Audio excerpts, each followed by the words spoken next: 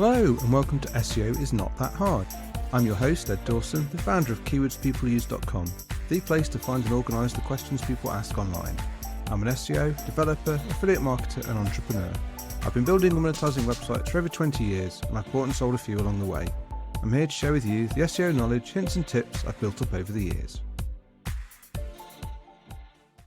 Hello, welcome to SEO is Not That Hard, SEO A to Z.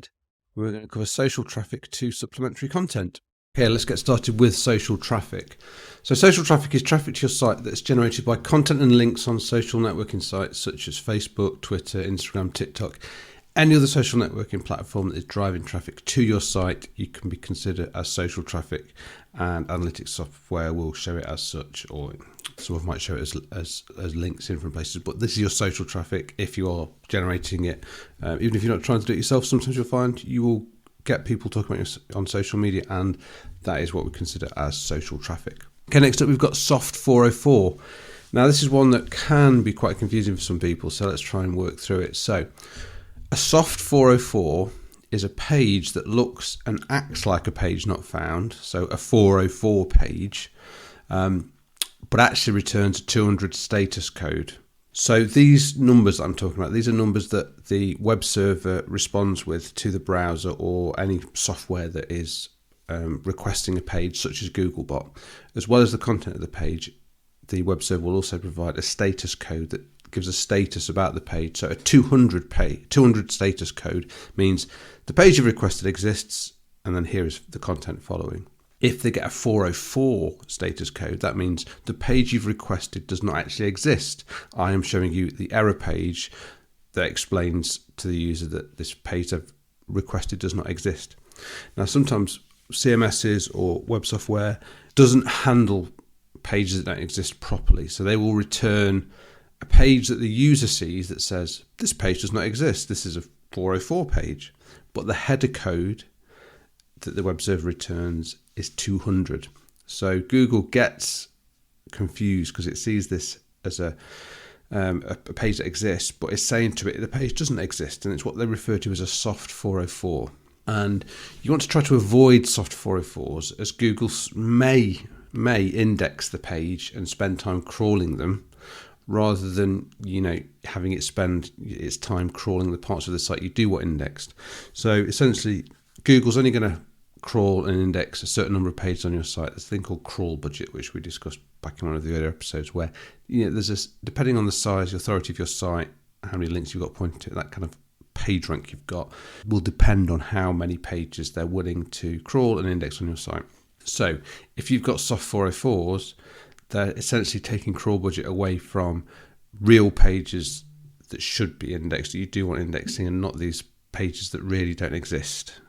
So you want to try and make sure you don't have soft 404s if possible. Google Search Console will report where it thinks you've got soft 404s. So if you see them reported in Google Search Console, then investigate and see if you can sort that problem out.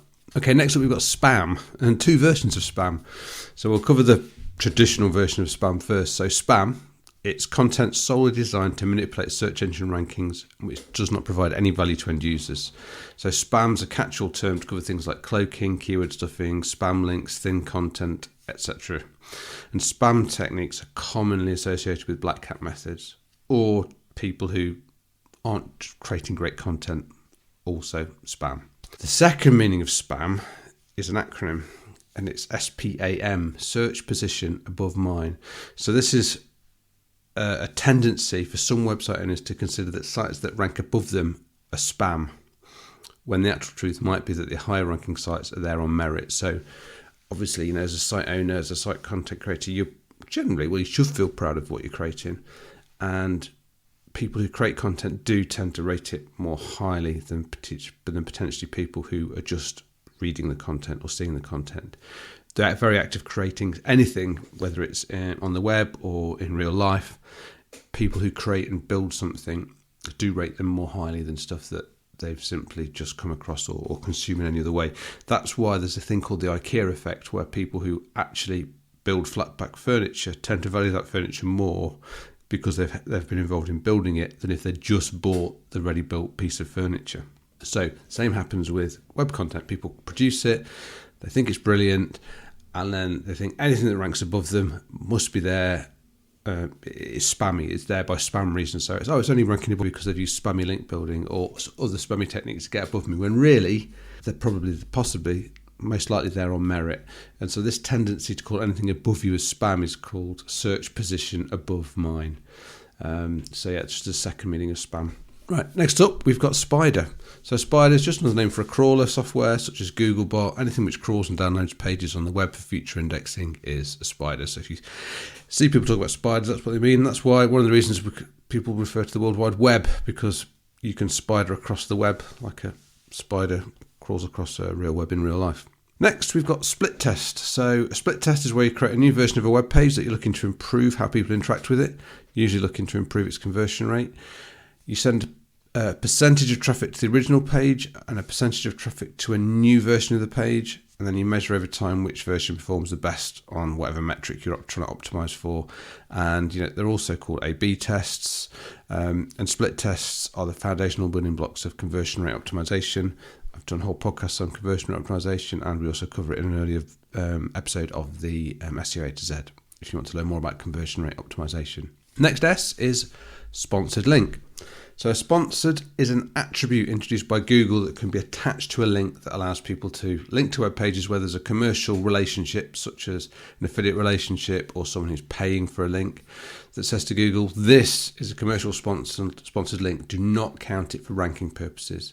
So this is a way of protecting your site from being penalised for having commercial relationships involving links, as the link will not contribute to help rank the destination page in the search engine. So essentially it's the way that Google says, okay, we understand that some people are going to have commercial relationships and pass traffic along for commercial reasons, such as an affiliate, as I say, like affiliates do, or if someone just wants the traffic, so they're paying to have a spot on a page and they're hoping that people will flow through from that site to theirs for other reasons.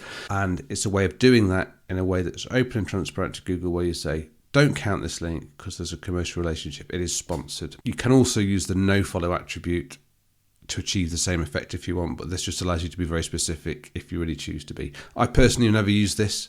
I've always just carried on using a nofollow link for anywhere I put affiliate links.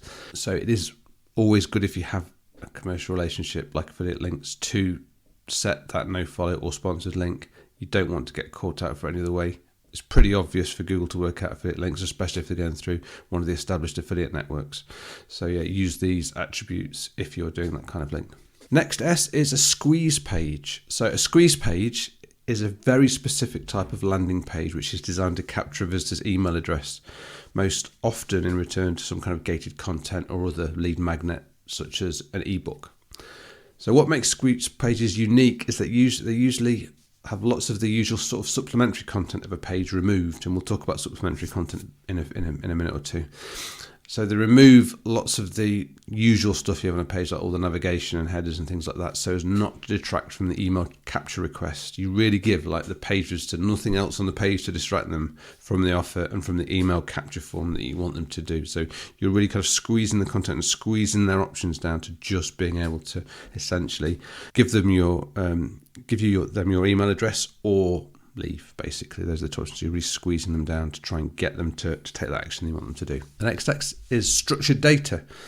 Now this is the same as schema, basically, so which we talked about just a couple of episodes ago. So that's any kind of data that's designed to be machine readable and used by Google to understand various types of content, things like breadcrumbs, product data, that kind of thing. So if you want more info on that, go to schema.org. Next up, we've got a subdomain. So a subdomain is a subdivision of a domain. So if your naked domain is domain.com, then if you had some content on blog.domain.com, then that is a subdomain of the main domain. And there's been lots of arguments in the SEO community as to whether you should or should not split sites up into subdomains. Google has repeatedly said it's fine, but the argument still persists. I have seen where Google will sometimes work out that a subdomain is very closely related to a main site, to the point where it will actually start considering the same for ranking purposes. With keywordspeopleuse.com, we've got help.keywordspeopleuse.com for all our help content, because it's on a different domain and on a different WordPress install. Google started to clump help.keywords.com content into the same Google Search Console profile as keywordspeopleuse.com. So sometimes it will bring it together like that, but whether it does or not, I think can be a bit hit and miss.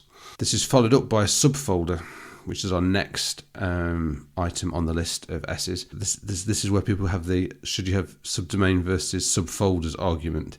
It's a bit like a religious war in SEO. So a subfolder is a folder within the URL of a web page, such as exampledomain.com/subfolder. So this is where subfolders later sort content into categories and subcategories, and you'll see this used a lot, and it is the more common way of doing it. So for example, at broadband.co.uk we had like a subfolder /home broadband and a subfolder /mobile broadband to mix the two up, so that mobile broadband and home broadband were kept separate from each other in subfolders, and then within that we had reviews on both of them, and it kind of kept the content separate in subfolders, and it's the way we arrange the site. And it's kind of a classic sort of hub and spoke or sort of topical authority topic content type model where people do that, and that's the way of using subfolders. Some people, again, this is going back to the argument with subdomains, some people think, you can do it all in subdomains, so you could have home.broadband.co.uk and mobile.broadband.co.uk. I personally will always go with the subfolders rather than with the subdomains, unless there's a really good technical reason or it's something you're not really trying to rank for, like with keywordspeopleuse.com, and we weren't really trying to rank the help pages particularly, so we didn't mind putting it on a different subdomain. And last up, we've got supplementary content, or also sort of to SC in some cases. So supplementary content, or SC, of a web page is that content which helps the web page deliver a good user experience, but which is not part of the main content of a page. So the most common item of supplementary content is site navigation links. Supplementary content is one of the three types of page content as defined by Google, together with main content and ad content. Supplementary content is covered in detail in the Google Quality Rater Guidelines. It is worth paying attention to supplementary content because not just for SEO purposes, but also for conversion purposes, it helps people find out where to go next on your page. You can highlight certain areas of your site that you want to draw people into, and you can kind of like move other areas away that are less important. So yeah, pay attention to it. Read the Google Quality Rater Guidelines. So that's it. It's taken 3 episodes, but we have completed all the S's. I think S's is possibly the biggest section so far we've come across in this A to Z. Hoping you find it useful. If you think we've missed any S's, do let me know. We'll get them added in at the end. And yeah, just before you go, just to say, if you are finding these useful, if you are enjoying the podcast, please do rate and review us on the podcast app that you're using. It really helps these apps suggest us to new users and helps us broaden our reach. It'd be a fantastic favour to us if you could do that. And yeah, we'll see you next time on SEO It's Not That Hard. Before I go, I just wanted to let you know that if you'd like a personal demo of our tools at Keywords People Use, that you can book a free, no obligation, one-on-one video call with me, where I show you how we can help you level up your content by finding and answering the questions your audience actually have. You can also ask me any SEO questions you have. You just need to go to keywordspeopleuse.com/demo, where you can pick a time and date that suits you for us to catch up.